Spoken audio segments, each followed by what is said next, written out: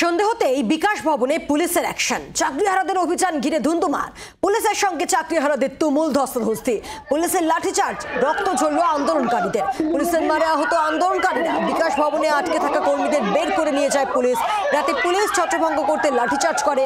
অভিযোগ, আচমকা পুলিশ কর্মীদের সংখ্যা বাড়িয়ে দেওয়া হয় বিকাশ ভবনের সামনে। পুলিশের মারে অনেক চাকরিহারাই গুরুতর জখম।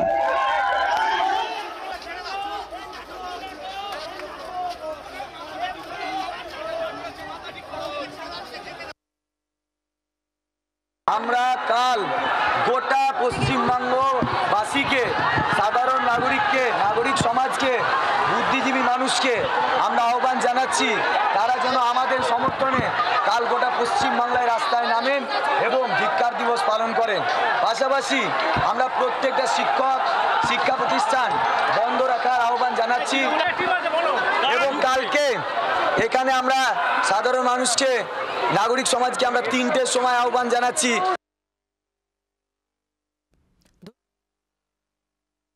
বিকাশ রঞ্জন ভট্টাচার্য, বর্ষান আইনজীবী, তার বক্তব্য কি পুরো প্রসঙ্গে শুনব। মমতার ভাষাবাজি শিক্ষিত সম্প্রদায়ের ছেলেমেয়েরা যাদের মেধা আছে তারা ধরে ফেলেছেন যে মমতা তাদের ভাওতা দিয়ে ভোগাচ্ছেন। তারা বিক্ষোভ করছিলেন, সারাদিন শান্তিপূর্ণ ছিল যতটুকু খবর পেয়েছি।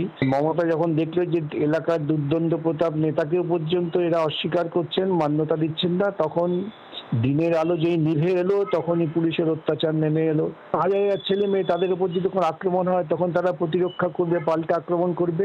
এখন গোটা শিক্ষিত সমাজের, বিশেষ করে শিক্ষক সংগঠনগুলো যারা ভুল করে মমতার দুর্নীতিকে আড়াল করে যোগ্য অযোগ্যের বাহানা করছিল, তারা এবার রাস্তায় নামুন।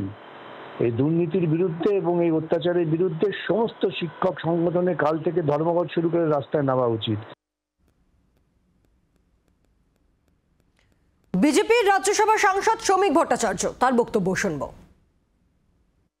এই আন্দোলন তো কোনো রাজনৈতিক দলের দ্বারা প্রভাবিত নয়। এই আন্দোলন তো, আন্দোলন থেকে যে শব্দবন্ধগুলো উঠে আসছে সেগুলো তো কোনো টিউটর স্টেটমেন্ট নয়।